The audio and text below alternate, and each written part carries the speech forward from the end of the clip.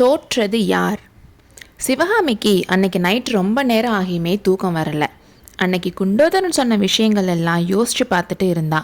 மாமல்லர் பற்றி நாகநந்தி சொன்ன அத்தனையும் நம்பி ஏமாந்துட்டோமேன்னு நினச்சி அவளுக்கு வெக்கமாக இருந்துச்சு. நாகநந்தி மேலே கோபமாக வந்துச்சு. இதுக்கிடையில் மாமல்லரோட விருப்பம் இல்லாமல் வீட்டிலேருந்து கிளம்புனது வேற அவருக்கு எப்படி கோபத்தை உண்டாக்கியிருக்குமோன்னு நினச்சி கவலையாகவும் இருந்துச்சு. இது அவ்வளோ பெரிய மன்னிக்க முடியாத குற்றமாக பார்க்க மாட்டாருன்னு அவளையே தேத்திக்கிட்டா. இப்படிலாம் யோசிச்சுட்டு இருந்தப்போ அவளுக்கே தெரியாமல் தூங்கிட்டா. அவள் அரை தூக்கத்தில் இருந்தப்போ யாரோ அலற சத்தம் கேட்டு திடுக்கிட்டு எந்திரிச்சு உட்கார்ந்தா. அதை கவனித்து கேட்டப்போதான் குண்டோதரன் தான் கத்துறானோ டக் டக்குன்னு குதிரை ஓடுற சத்தமும் கேட்டுச்சு. தூங்கிட்டு இருந்த ஆயனரையும் எழுப்பி 2 பேரும் வாசல்ல வந்து பார்த்தப்போ, ஐயோ குருவே, என்னோட குதிரையை பிக்ஷு திருடிட்டு போயிட்டாருன்னு குண்டோதரன் கத்துனான். குண்டோதரா, அது உன்னோட குதிரை இல்லையேன்னு சொல்லி ஆயனர் சமாதானம் பண்ண பார்த்தாரு. அப்படி நினச்சி தான் நாகநந்தியும் குதிரையை திருடிட்டு போனாரோ? ஆனால் எதுக்காக என் மேலே பாம்பை போடணும்னு கேட்டான். என்ன நடந்துச்சுன்னு ஆயனர் கேட்கவும் குண்டோதரன் நடந்ததை சொல்ல ஆரம்பித்தான். புத்த பிக்ஷு ரகசியமாக எந்திரிச்சு வந்து வாசலில் கட்டியிருந்த குதிரையை அவுத்து அது மேலே ஏறிக்கிட்டாரு. அந்த நேரத்தில் தற்செயலாக முழிச்ச குண்டோதரன் ஓடி போய் குதிரையை பிடிச்சான். அப்போ பிக்ஷு அவரோட கையில் இருந்த பையிலிருந்து ஒன்றை எடுத்து அவன் மேலே போட்டார். அது ஒரு நாகப்பாம்புன்னு தெரிஞ்சதும் குண்டோதரன் அலறிக்கிட்டு ஓடுனதும் குதிரையை விரட்டிட்டு பிக்ஷு போயிட்டாரு. குண்டோதரன் சொன்னதை ஆயனரும் சிவகாமியும் நம்பவே இல்லை. ஏதோ வளர்றான், கனவு கண்டிருப்பான்னு நினச்சாங்க. குண்டோதரனும், குருவே, என்னோட குதிரையை விட்டுட்டு என்னால் இருக்க முடியாது, எப்படியாவது அதை திரும்ப கூட்டிட்டு வருவேன்னு சொல்லி குதிரை போன பக்கம் ஓடிட்டான். ஆயனரும் சிவகாமியும் அசோகபுரத்துக்கு வந்து 5 நாள் ஆச்சு. ஃபஸ்ட்டு ஒரு 3 நாள் பெருசாக எதுவுமே நடக்கலை. 2 பேருக்கும் பொழுது போகிறதே ரொம்ப கஷ்டமாக இருந்துச்சு. புத்த பிக்ஷுவை நம்பி வந்தனால அடுத்து எங்கே போகிறதுன்னு கூட ஆயனருக்கு தெரியலை. சிவகாமிக்கு குண்டோதரன் சொன்ன விஷயங்களை கேட்டதுக்கப்புறம் காஞ்சிக்கே திரும்பி போயிடலாமான்னு அடிக்கடி யோசிச்சா. அந்த நிலைமையில தான் 4வது நாள் ராத்திரி சில விஷயங்கள் நடந்துச்சு. சூரியன் அஸ்தமனமாக போகிற நேரத்தில் இடைவிடாமல் இடி இடிக்கிற மாதிரி சத்தம் முதல்ல லேசாக கேட்டுச்சு. அப்படியே அந்த சத்தம் அதிகமாகிக்கிட்டே வந்துச்சு. சத்தம் பக்கத்தில் வர வர தடன்னு பல ஆயிரம் பேர் ஓடி வர சத்தமாக மாறுச்சு. ஆயனரும் சிவகாமியும் வெளியில் ஓடி வந்து பார்த்தாங்க.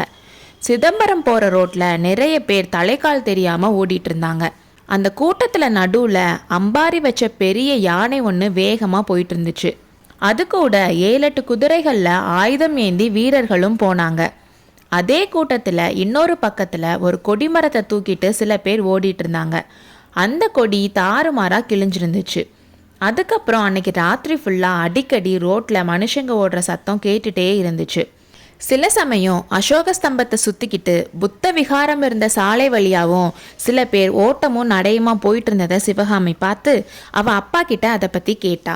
எங்கேயோ யுத்தம் நடந்திருக்குமா, யுத்தத்தில் ஒரு கட்சி தோத்துட்டதா தெரியுது, தோத்தவங்க தான் இப்படி நிலை குலைஞ்சு ஓடுறாங்கன்னு சொன்னார்.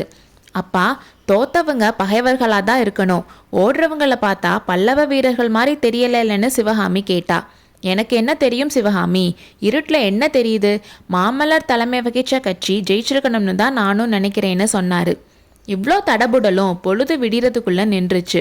சூரியன் உதிச்சதுக்கப்புறம் எந்த சத்தமும் இல்லை.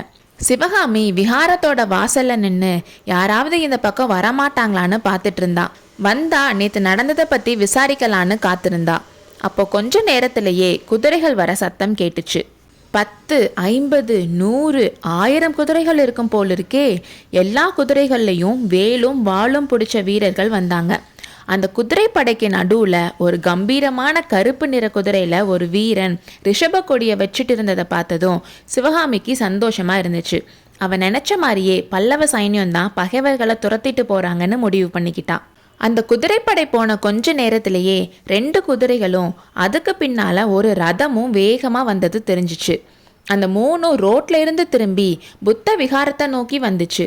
முன்னாடி போன குதிரைப்படையை பிடிக்க குறுக்கு வழியில் போகிறதுக்காக அவங்க இந்த வழியில் போகிறாங்க போல. வந்துட்டு இருந்த குதிரை மேலே வரது யாரு? நம்ம கண்கள் பார்க்குறது உண்மையா? ஆமாம், அந்த குதிரையில் வந்தவர் மாமல்லர் நரசிம்மர் தான். மாமல்லரை திடீர்னு பார்த்ததும் சிவகாமியோட கண்களில் கண்ணீர் நிறைஞ்சிருச்சு. உணர்ச்சி அதிகமானதாலும் காரணம் தெரியாத நாணத்தாலும் சிவகாமி சட்டன்னு திரும்பி உள்ளே போகிறதுக்கு கால் எடுத்து வச்சப்போ குதிரை திடீர்னு நிற்கிற தட்டன்ற சத்தம் கேட்டதும் திரும்பி பார்த்தா. மாமல்லரோட கண்கள் சிவகாமியவே கூர்ந்து பார்த்துச்சு.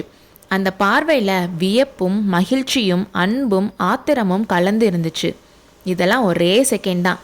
அடுத்த செகண்டே குதிரையை திருப்ப குதிரை பறந்து போயிடுச்சு. மாமல்லருக்கு பின்னால் வந்த பரஞ்சோதியும் சிவகாமியை பார்த்தாலும் அவரோட குதிரையும் ஒரு செகண்டுக்கு மேலே நிற்காம போயிடுச்சு.